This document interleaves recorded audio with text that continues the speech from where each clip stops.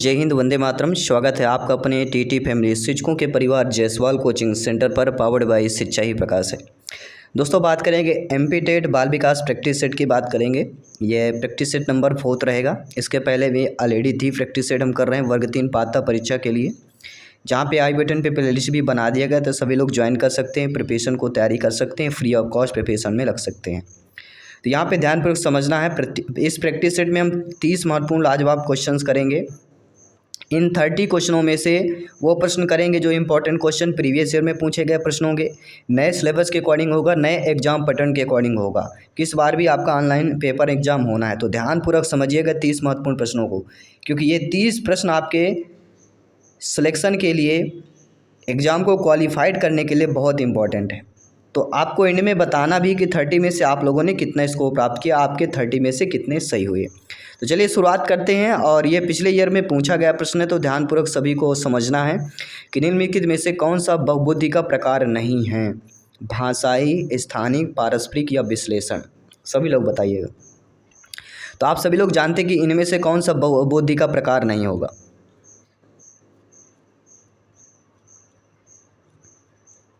सभी लोग बताइएगा। देखिए, भाषाई बुद्धि होती, स्थानिक, पारस्परिक, लेकिन विश्लेषण जो होता है ये बहुबुद्धि का प्रकार नहीं माना ईएसबी ने, ये पूछा गया है। और व्यापम ने, पीबी ने इसको डी ऑप्शन को सही माना था, जो आपके एग्जाम में आया हुआ प्रश्न था। इसके बाद दूसरा प्रश्न करेंगे, ध्यानपूर्वक समझिएगा और फीडबैक कीजिएगा कि निम्नलिखित में से कौन सा जो है संवेगात्मक बुद्धि का तत्व नहीं है। और आपको पता है बुद्धि से संबंधित 2 से 3 प्रश्न रखे हुए हैं प्रत्येक पेपर पे, ये भी आप लोगों को ध्यान देना है। तो निम्नलिखित में से कौन सा संवेगात्मक बुद्धि का तत्व नहीं होगा। संवेगों का प्रबंधन, स्वाभिप्रेरित करना, दूसरों के संवेगों को पहचानना, सजीवों में विभेदन करने की क्षमता रखना। तो आप सभी लोग जानते हैं कौन सा जो है संवेगात्मक बुद्धि का तत्व नहीं है। तो संवेगों का प्रबंधन, स्वाभिप्रेरित करना, दूसरों के संवेगों को पहचानना, ये संवेगात्मक बुद्धि के तत्व हैं। लेकिन सजीवों में विभेदन करने की क्षमता, विभेदन मतलब अलग अलग कर देने की क्षमता, तो ये आपके संवेगात्मक बुद्धि का तत्व नहीं कहलाएगा, क्योंकि विभेदन अपने आप एक नेगेटिव ऑप्शन हो जाता है। ठीक है। इसके बाद भाई आइए बात करते हैं आपके अगले प्रश्न। अगला प्रश्न दिया गया कि एडवांस ऑर्गेनाइजर प्रतिरूप जिन्होंने दिया है वे कौन है। क्या आपके जीन पियाजे जी हैं, आसुबेल है, रिचर्ड सचमैन है या जॉन डीवी है। सभी कमेंट कीजिएगा मेरे प्यारे प्यारे भाइयों की, प्यारी प्यारी बहनें, गृहिणी, ब्रदर्स, सिस्टर्स एंड टीचर्स, जिनका सपना है वर्ग 3 एग्जाम को 101% फतेह करना। जायसवाल सर, आप सभी का अभिनंदन और स्वागत करते हैं। तो साथियों, एडवांस में तैयारी करना है, तो एडवांस वाला प्रश्न है कि एडवांस ऑर्गेनाइजर प्रतिरूप जिन्होंने दिया है वे कौन है। वह आपके आसुबेल है, याद रखिएगा, माइंड की मेमोरी में सेव कर लीजिएगा। आइए बात करते हैं साथियों अगले प्रश्न की। अगला प्रश्न भी आपके एग्जाम में आया हुआ प्रश्न है कि बच्चों के व्यक्तित्व पर माता पिता का क्या प्रभाव पड़ता है। आश्रितहीन होता है, बाल्यावस्था में सबसे कमज़ोर होता है, प्रारंभिक बाल्यावस्था में सबसे मजबूत होता है, संपूर्ण जीवन काल में एक समान होता है। तो बच्चे के व्यक्तित्व पर माता पिता का प्रभाव आपको बताना है। तो बच्चों के व्यक्तित्व पर माता पिता का प्रभाव कैसा होता है, आप सभी लोग जानते हैं कि प्रारंभिक बाल्यावस्था में जो है सबसे मजबूत। क्या होगा, थर्ड ऑप्शन इधर राइट आंसर। साथ ही साथ दोस्तों, आपका एमपी टेट वर्ग 3 के लिए चच्चू पब्लिकेशन एक कम्बो बुक लेकर आया है, जो चच्चू पब्लिकेशन द्वारा जो है जारी किया गया है वर्ग 3 एग्जाम के लिए। तो ये बुक आप रेफ़र कर सकते हैं जिनको बुक से पढ़ना हो। बाकी प्रैक्टिस सेट चल रहे हैं वर्ग 3 के लिए। अभी प्रेजेंट में बेस्ट बुक यही आपके चच्चू पब्लिकेशन है। आप लोग ऑर्डर किसी भी ऑनलाइन प्लेटफॉर्म से कर सकते हैं या नज़दीकी स्टोर से आप प्राप्त कर सकते हैं। बाकी सभी क्लासेस चल रही हैं, सभी प्रैक्टिस सेट चल रहे हैं। ध्यानपूर्वक कमेंट करना है, तैयारी करना है। कंसेप्ट पढ़ना है तो बुक अवश्य ले लीजिए, जिससे आपका कंसेप्ट भी क्लियर हो जाएगा। अगला कि आत्म संप्रेषण को क्या कहते हैं। समूह संप्रेषण, जन संप्रेषण, अंतः व्यक्तित्व संप्रेषण या इनमें से कोई नहीं। तो आप सभी लोग जानते हैं आत्म संप्रेषण को क्या कहा जाता है। आत्म संप्रेषण मतलब अंतरात्मा, हमारे अंदर की चीज़ हो रही है। तो आत्म शब्दाय मतलब अंतः व्यक्तित्व संप्रेषण की जो बात हो रही है। आत्म संप्रेषण मतलब अंतः व्यक्तित्व, हमारे अंदर, आत्मा हमारे कहाँ है, हमारे अंदर है। तो आत्म संप्रेषण मतलब अंतः व्यक्तित्व संप्रेषण की होगी। इसके बाद अगला प्रश्न है जो कि बहुत इंटरेस्टिंग, 1 नंबर पक्का करने वाला प्रश्न है। ध्यानपूर्वक समझिएगा कि वीडियो कॉन्फ्रेंसिंग को निम्नलिखित प्रकार के संचार में वर्गीकृत किया जाता है। दृश्य शब्द एक तरफा, दृश्य शब्द दो तरफा, दृश्य शब्द दो तरफा। ये बता देता हूँ, दृश्य और श्रव्य या दोनों से एक प्रश्न रखा हुआ है, यानी 1 नंबर आपका कन्फर्म होने वाला है। तो वीडियो कॉन्फ्रेंसिंग दिया गया है, तो वीडियो कॉन्फ्रेंसिंग में क्या होता है, दिखाई भी देता है और सुनाई भी देता है। और आजकल लॉकडाउन में डिजिटल का आया युग और भी कॉन्फ्रेंसिंग बहुत ज़्यादा हुई है, डिजिटलाइजेशन हुआ है सबसे ज़्यादा। तो दरअसल जो कॉन्फ्रेंसिंग होती है, शिक्षकों का भी प्रशिक्षण होता है, ठीक है, जो बड़े अफसरों इनकी भी होती है, वीडियो कॉन्फ्रेंसिंग होती है। तो ये दृश्य श्रव्य दो तरफा होता है वीडियो कॉन्फ्रेंसिंग। वीडियो मतलब आज ये है, कॉन्फ्रेंसिंग है तो समझ जाइए कि आवाज़ और दिखाई यानी श्रव्य दृश्य दोनों हो जाएगा। और इससे एक प्रश्न एग्जाम में रखा हुआ है, कोई भी कहानी कथन जोड़ दिया जाए, आपको केवल देखना है सुनाई और दिखाई दे रहा है या केवल दिखाई दे रहा है या केवल सुनाई दे रहा है। इन 3 चीज़ों पर आपका प्रश्न का उत्तर निर्धारित हो जाता है।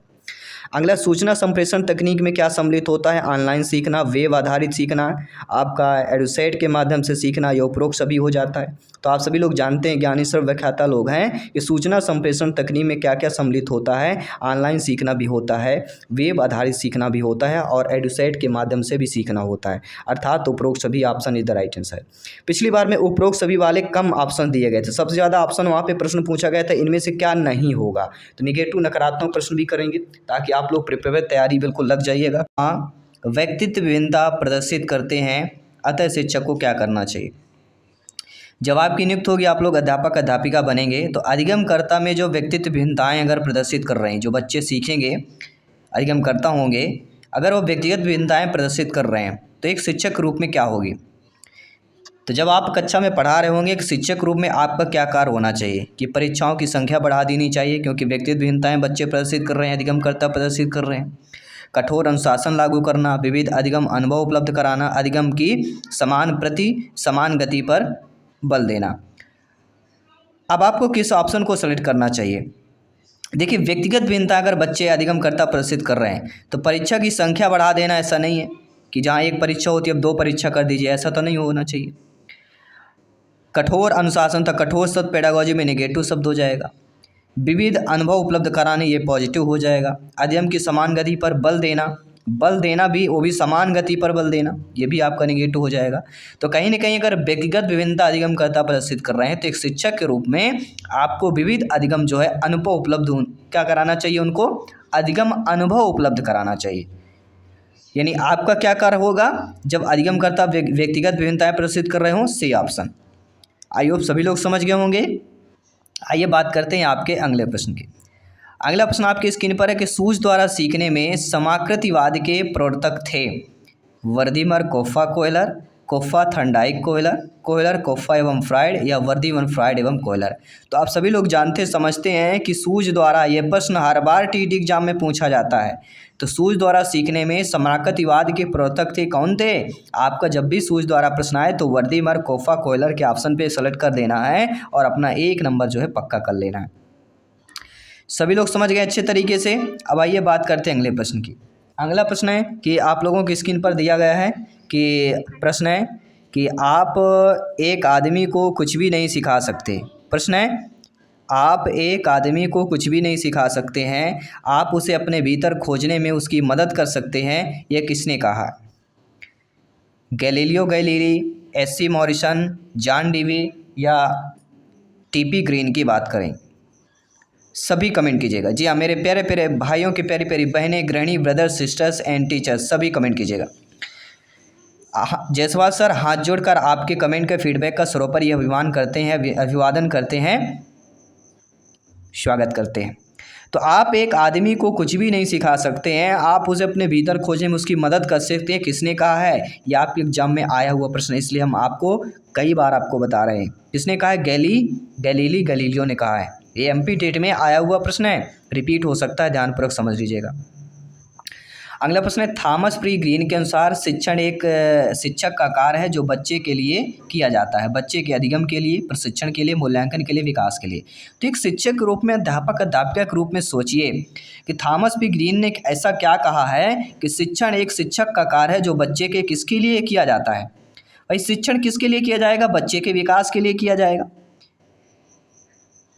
विकास के लिए किया जाएगा। D option is the right answer हो जाएगा। तो माइंड की मेमोरी में A to Z आपके पॉइंट्स को नोट करते जाना है।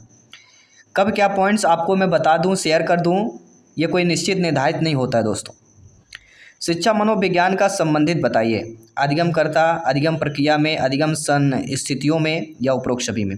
तो आप सभी लोग जानते हैं, बहुत अच्छा प्रश्न यहाँ पे दिया गया है। शिक्षा मनोविज्ञान से 2-3 प्रश्न आते हैं, प्रत्येक पेपर में पूछा जाता है 150 प्रश्नों में से।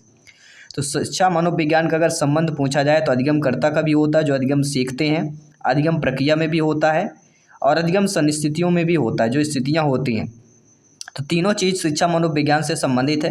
उपरोक्त सभी option is the right answer, क्योंकि शिक्षा जहाँ पे अधिगम की बात की जाती है वहाँ मनोविज्ञान का बहुत बड़ा रोल होता है। अगला प्रश्न है जो पिछली बार आपके एग्जाम में आया हुआ प्रश्न है कि निम्नलिखित में से कौन जो है थर्स्टन द्वारा सुझाई गई प्राथमिक मानसिक योग्यता नहीं है। नेगेटिव नकारात्मक प्रश्न पिछली बार ज़्यादा आए थे, इसलिए आज इस पेपर में भी हमें फोकस करना है। तो निम्नलिखित में से कौन जो है थर्स्टन द्वारा सुझाई गई प्राथमिक मानसिक योग्यता है। उसमें आपका संख्या आती है, स्मृति आता है, तर्क आता है, ये 3 है। थर्स्टन द्वारा टोटल जो प्राथमिक मानसिक में 7 योग्यता जो है सुझाई गई है। 7 में से संख्या, स्मृति और तर्क आता है, रवैया आपका नहीं आता है। बचे 4 और कौन कौन से हैं इनको भी जानना जरूरी है, क्योंकि इनसे संबंधित भी प्रश्न पूछा जा सकता है। तो थर्स्टन के दृष्टिकोण में 7 प्राथमिक मानसिक क्षमताओं की पहचान की, जिसमें मौखिक समझ, शब्द प्रवाह, साहचर्य स्मृति, स्थानिक दृश्य, अवधारणात्मक तीव्रता और संख्या, सुविधा और तर्क की बात आती है। अगला प्रश्न आइए देखते हैं और आपका फीडबैक जानते हैं, आपकी तैयारी जांचते हैं। किशोरावस्था बड़े दबाव एवं तनाव तथा तूफान व संघर्ष की अवस्था है। कई बार पूछा गया, लगभग कह सकते हैं कि समस्त टीटी एग्जाम में यह प्रश्न आया हुआ प्रश्न है। किसका कथन है? Cole, William McDougall, Stanley Hall, Wilson. कई बार मैं बता चुका हूं और यह प्रश्न इसलिए रिपीट हो रहा है क्योंकि यह संभावित प्रश्न है। किशोरावस्था बड़े दबाव, तनाव, तूफान व संघर्ष की अवस्था सभी लोग जानते हैं, स्टेनले हॉल का कथन है, स्टेटमेंट है।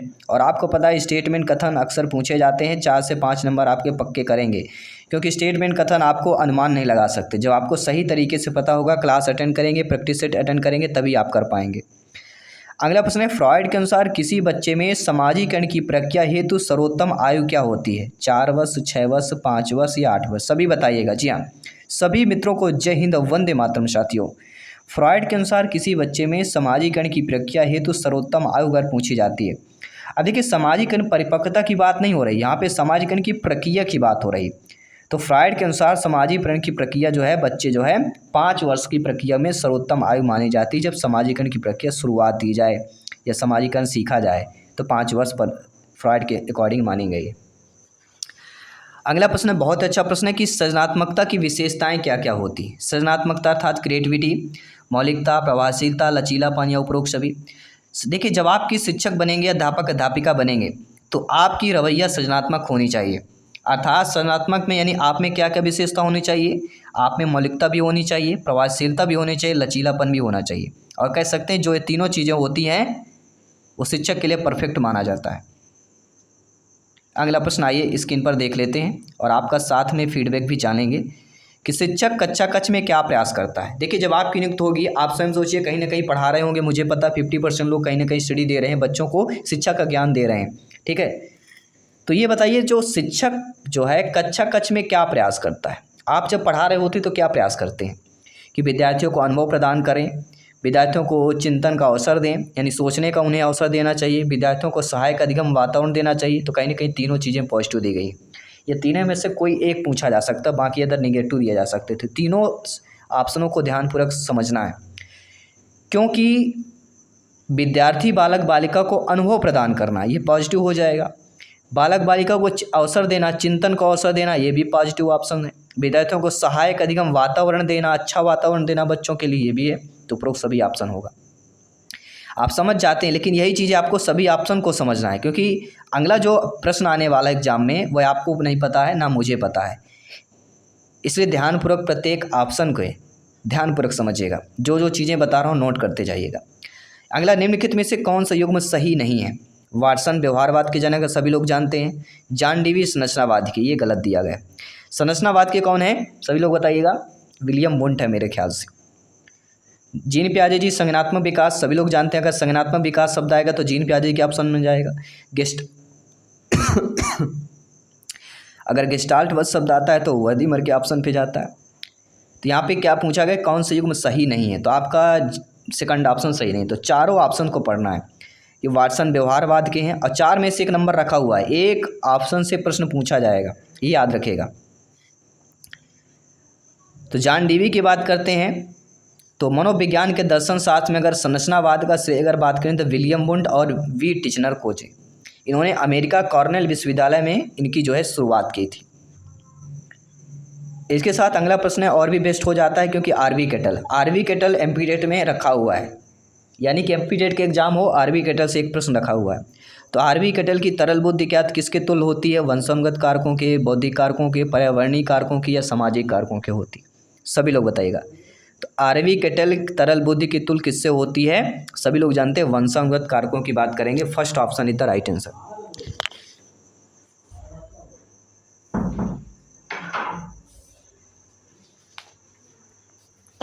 सभी कमेंट कीजिए, ध्यानपूर्वक समझना है, प्रत्येक प्रश्न का फीडबैक करना है। और सोचिए आपके 25 प्लस, जब आपके प्रैक्टिस सेट में 25 प्लस का स्कोर आ जाए तो समझ जाइएगा आपकी तैयारी कहीं ना कहीं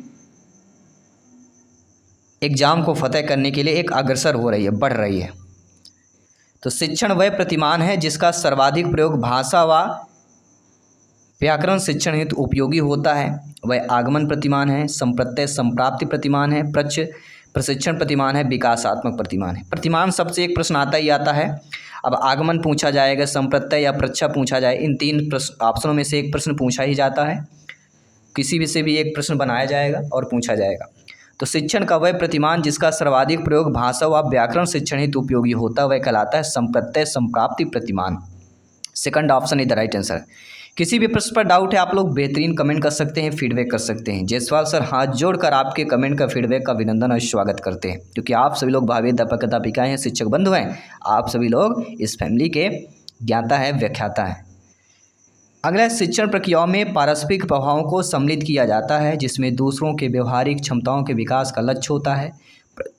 प्रजातांत्रिक शिक्षण व्यवहार की उपरोक्त परिभाषा किसने दी? ये परिभाषा स्टेटमेंट अक्सर पूछी जाती है और 150 प्रश्नों से 5 से 6 प्रश्न परिभाषाएं और स्टेटमेंट आपके एग्जाम में पूछी ही जाएगी।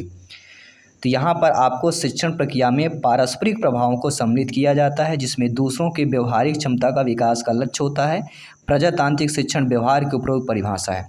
तो कहीं ना कहीं इसमें जो शब्दों का प्रयोग हुआ है पारस्परिक, व्यवहारिक, व्यवहार शब्द, तो ये जब शब्द पूछा जाए तो आपको करना है एनएल गेज। किसका स्टेटमेंट है, किसकी परिभाषा है? एनएल गेज की परिभाषा है, नोट कर लीजिएगा। अगला प्रश्न बहुत ही इंपॉर्टेंट प्रश्न है। क्यों इंपॉर्टेंट है आइए जानते समझते हैं और आपका फीडबैक भी जानते हैं कि जिन प्रतिक्रियाओं को सीखने के उपरांत संतुष्टि प्राप्त होती उन्हें सीख लिया जाता है, किसका कथन है? ये 3 जो ऑप्शंस दिए गए ना दोस्तों,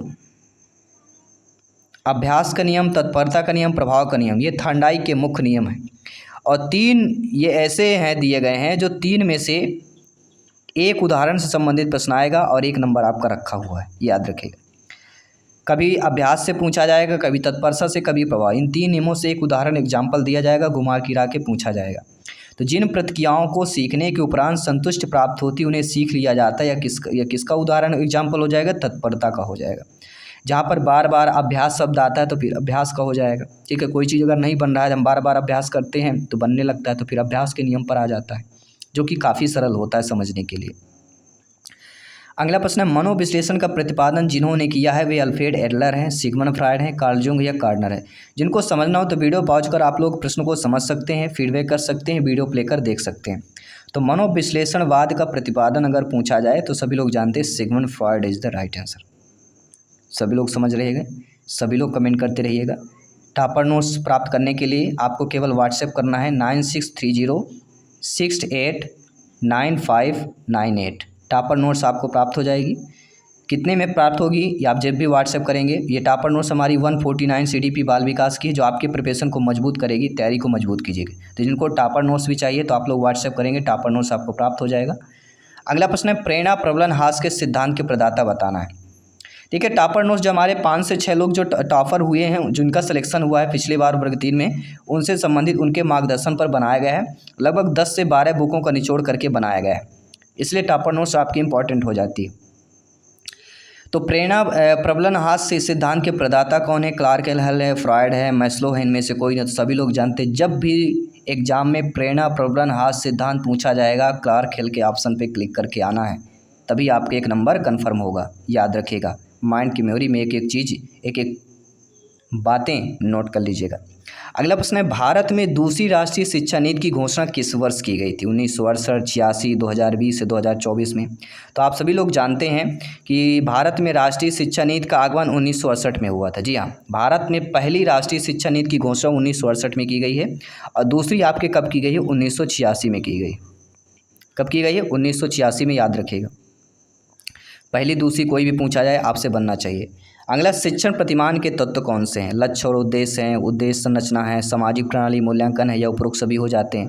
तो अब सभी लोग जानते हैं कि जब भी शिक्षण प्रतिमान के तत्व पूछा जाएगा तो आपके लक्ष्य और उद्देश्य भी होंगे, उद्देश्य और संरचना भी होगा, सामाजिक प्रणाली और मूल्यांकन भी होगा। अर्थात जो उपरोक्त सभी ऑप्शन दिया गया वह आप लोगों का सही हो जाएगा।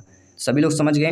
और आइए एक और प्रश्न करते हैं जो जोड़े में अक्सर एग्जाम में पिछली बार पूछा गया था, लेकिन उसी प्रकार से हम प्रश्न लेकर आए हैं आपके लिए, प्रिपरेशन के लिए, तैयारी के लिए, कि ग्लेसर कंप्यूटर आधारित शिक्षण प्रतिमान के प्रवर्तक ग्लेसर हैं, निष्प्राप्ति प्रशिक्षण प्रतिमान के सुकरात हैं, या बुनियादी शिक्षण प्रतिमान के प्रवर्तक फ्रेंडर हैं, या अग्रिम व्यवस्थापक शिक्षण प्रतिमान के प्रवर्तक आसवेल हैं।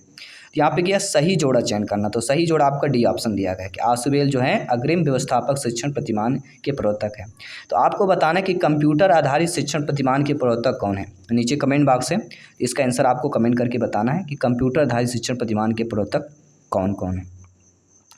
अगला प्रश्न है, बच्चे के सीखने व शिक्षण से संबंधित विज्ञान को क्या कहा जाता है? Pedagogy, andrology, psychology, ऑटोलॉजी। तो आपने पढ़ा होगा, क्योंकि बच्चे के सीखने और शिक्षण से संबंधित विज्ञान पूछा जा रहा है, साइंस पूछा जाएगा तो पेडागॉजी होती है। अक्सर आप सर्च करते होंगे ना, पेडागॉजी बहुत कठिन आई थी, पेडागॉजी पढ़ना चाहिए, इसलिए ध्यानपूर्वक समझिएगा।